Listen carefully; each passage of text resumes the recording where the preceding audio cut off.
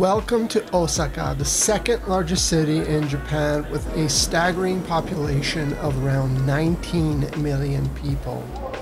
This vibrant city has a lot to offer, from its electric shopping, business, and entertainment district, Umeda, which can be enjoyed on foot from Osaka Station, to the endless restaurant and street food opportunities bathed in the rich neon lights of Dotonbori. After all, Osaka is arguably Japan's foodie capital, and the takoyaki definitely lives up to its reputation.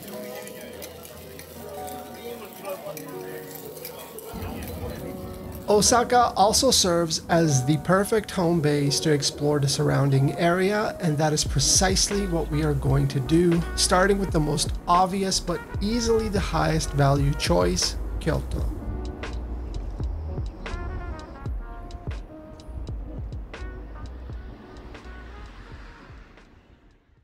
At only 15 minutes via the Shinkansen, the bullet train, or about 35 minutes via the local trains, both of which are covered by the JR Pass along with every other destination in this video, it is hard to argue with everything Kyoto has to offer. The staggering amount of its cultural and heritage sites is only matched by its stunning natural beauty, which can be enjoyed throughout all of the seasons. As a result, for this particular visit, I decided to focus primarily on the Gion district, which was entirely new to me.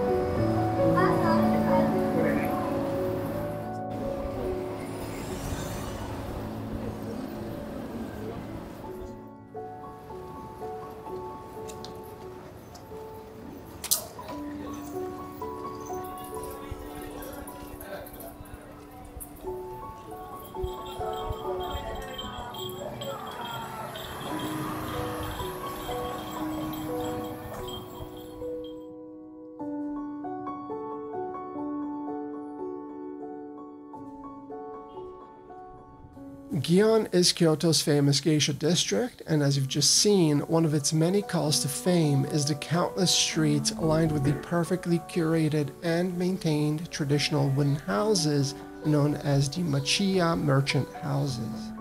The most popular area of Gion is Hanamikoji Street, a wonderful place filled with shops, restaurants, and stunning tea houses known as Ochaya. Gion Sakai is my recommendation, and while this part of town can be expensive, you will not be disappointed.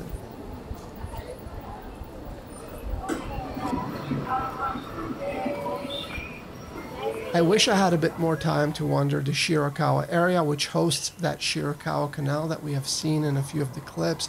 It is known as the most beautiful street in Kyoto during the cherry blossom season, but I had never seen Shirakuji, and I also wanted to make a quick stop by Fushimi Inari for the sunset, so time was limited.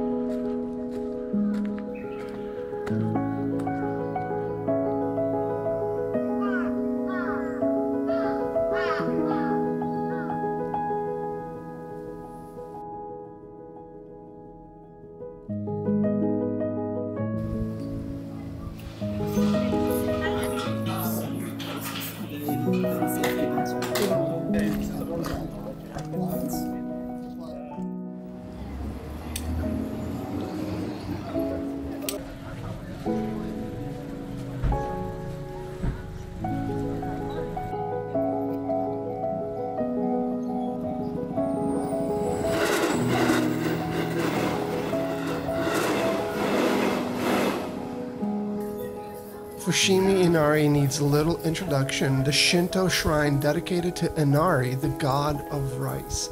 It is famous for the thousands of vermilion torii gates leading up to the top of Mount Inari, and also the tens of thousands of stairs we have to climb to get there.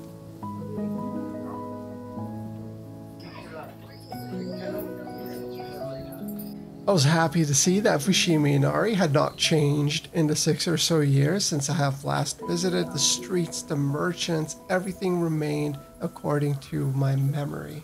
I was running out of daylight very quickly, and I made an effort to run to the peak as quickly as I could to catch a glimpse of Kyoto's setting sun through the various narrow clearings along the path before calling it a day.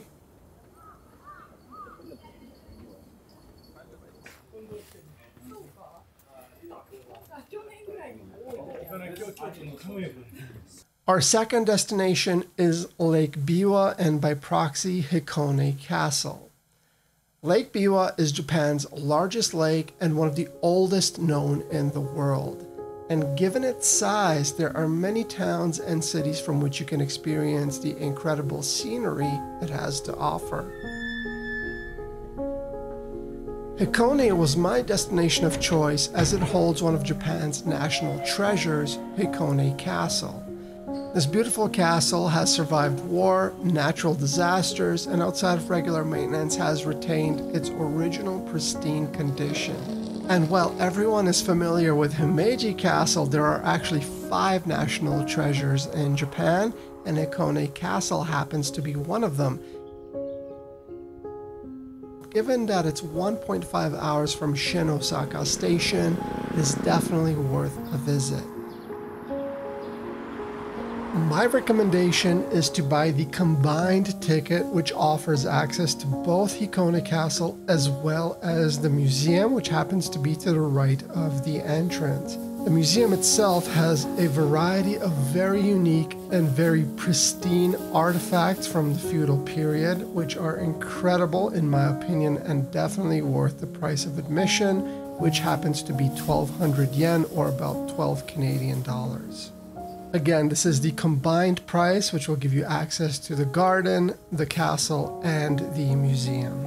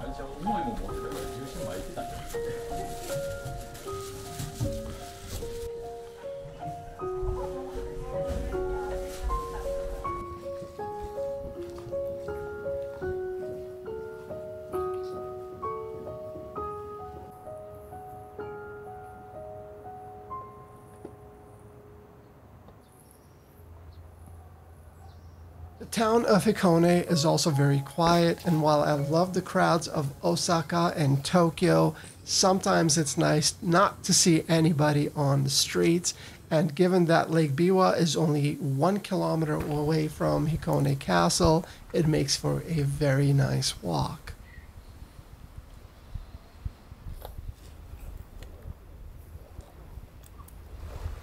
I spent a couple more hours exploring the shores of Lake Biwa in Hikone before taking the same JR train back south towards Otsu. Otsu is the capital city of Shiga Prefecture and deserves at least half a day of exploration itself. The city wraps around the shores of the lake, so you can rent a bike and see a lot of the sights.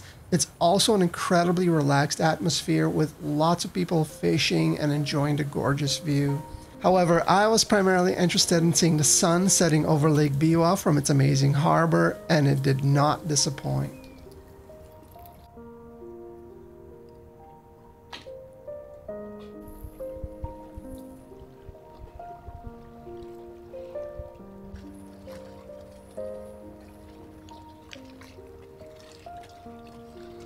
Nara is the capital city of the prefecture that also shares its name and happens to be our third destination on our list.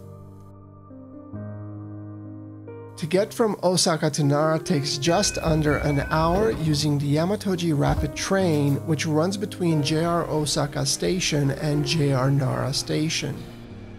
If you're not staying near Osaka Station, you may utilize the Osaka Loop Line to get maximum value from your JR Pass, or if you don't have a JR Pass, you can get on the Midosuji subway line and make your way to Tennoji Station.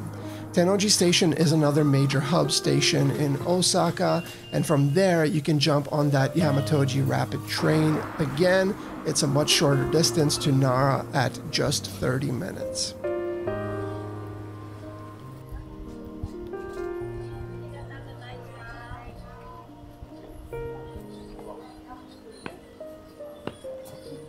Now, Nara was once the capital of Japan and has many UNESCO World Heritage listings, more so than any other prefecture in Japan. And like all other prefectures in Japan, Nara also has its own unique cuisine you can try, such as narazuke, pickled vegetables, and kakinoha sushi, which is sushi wrapped in persimmon leaves.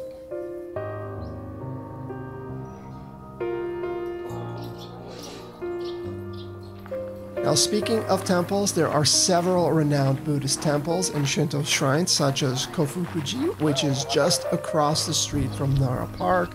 And Nara Park, this is perhaps its biggest call to fame from a tourism perspective, as the very tame messengers from the gods, aka the deer, reside all around this area.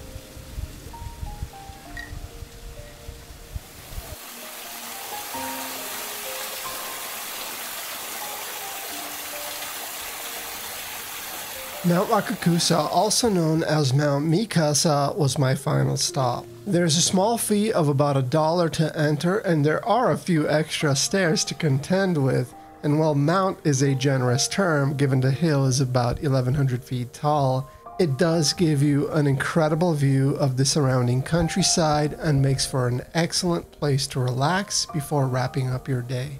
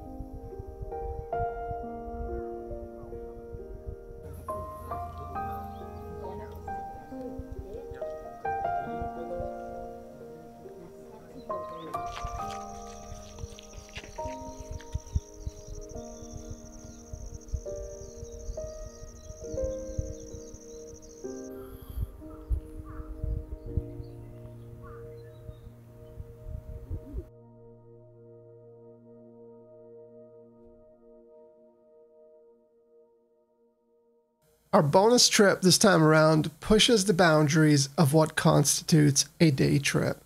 Mount Aso, or Aso Volcano, is the largest active volcano in Japan, and its massive caldera stretches 25 kilometers north to south and 18 kilometers east to west.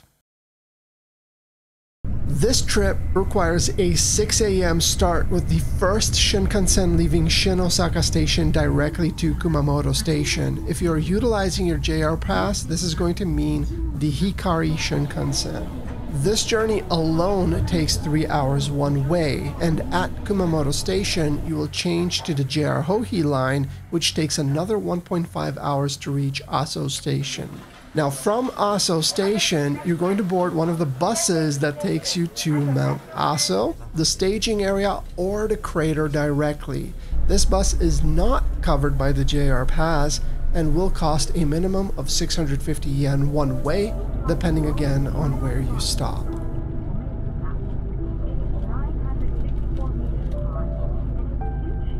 So based on what I said, you can see this is quite an undertaking. Can this be done in one day? Sure, absolutely, but you will have about 4 hours to take in all the sites. The last bus leaving Mount Aso is going to leave at 4:30 p.m. and the last direct train from Aso Station to Kumamoto leaves at 5:17 p.m. If you travel solo, it's more than doable, but if you have to contend with multiple schedules, it is a bit of an ask.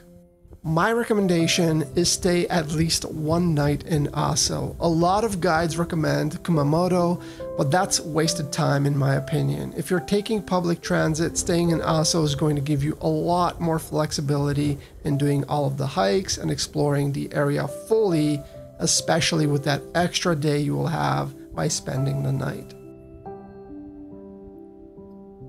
The other option, if you're comfortable with it, is to rent a car, at which point you are not bound by the limited local transit. While Japan has one of the best transit systems on the planet, remote areas can be quite sparse, and missing a highway bus or train can mean easily an extra 3-hour wait. That being said, Mount Aso is amazing. The lush vegetation, the crater, the caldera whose outer rim you can see far into the horizon. It is truly a sight to behold, and not a lot of people are going to experience this. It's all the more worthwhile if you happen to be in the area and if you can find the flexibility in your itinerary.